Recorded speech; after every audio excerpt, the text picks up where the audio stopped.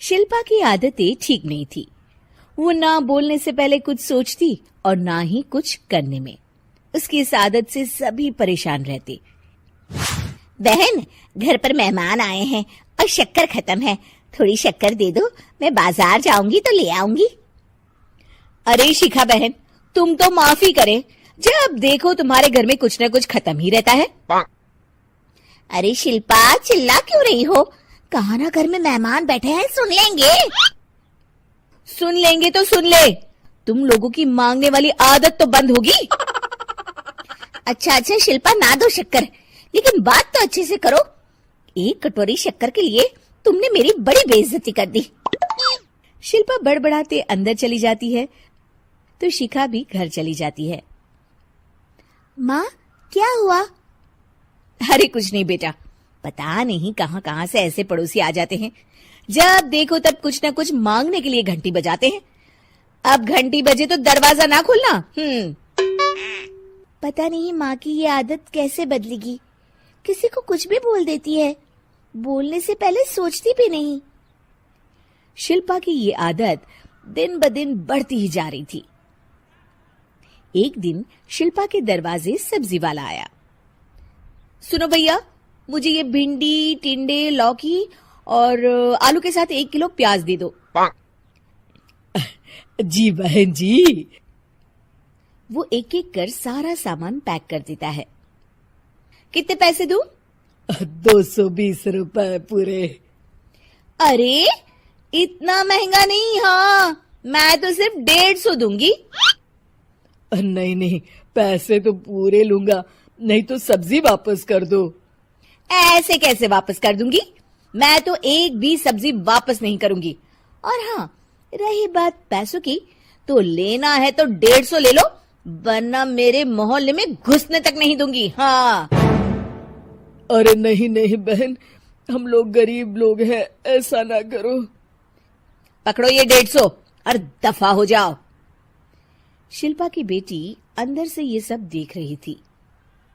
शिल्पा, तूने तो हद कर दी। बेचारा गरीब आदमी, उसका तो गुजारा ही इसी से होता है। बोलने से पहले सोचा कर बेटा। माँ आप चुप रहो, घर चलाना बच्चों का खेल नहीं, और वैसे भी इतनी महंगी सब्जी थोड़ी ना होती है। आपको तो सिर्फ खाने से मतलब है, लेकिन मुझे तो सब सोचना पड़ता है ना। शिल्पा की सास ये बात सुनकर दुखी हो जाती हैं। शिल्पा की बेटी शिल्पा की ये सारी बातें सुन रही होती है। शिल्पा की बेटी एक दिन माँ से कहती है, माँ, ओ माँ, जरा यहाँ तो आना। ओहो, क्या हुआ? क्यों चिल्ला रही हो ऐसे बेटा?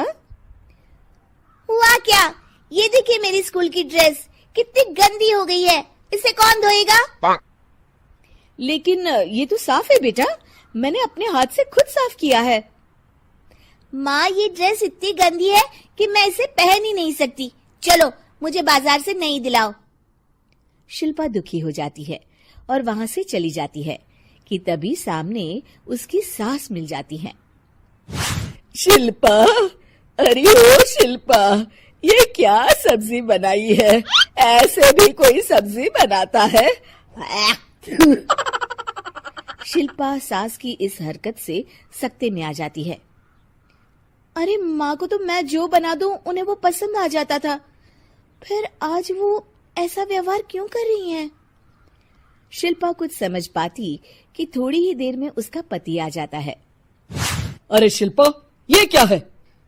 क्या हुआ आपको? ये मेरी अलमारी पूरी अस्त व्यस्त है, तुमसे कोई काम नहीं होता है। सारा दिन पता नहीं क्या करती रहती हो। अरे मैंने तो सारी अलमारी साफ रखी है। इसे तुम साफ कहती हो? ये तो पूरा कूड़ादान लग रही है। शिल्पा परेशान हो जाती है और समझ नहीं पाती है कि उसके साथ क्या हो रहा है। शिल्पा अकेले कमरे में जाती है और जोर जोर से रोने लगती है। तभी वहां उसका पति, सास और बेटी आ जाते हैं। शिल्पा उन लोगों को देखकर और जोर जोर से रोने लगती है।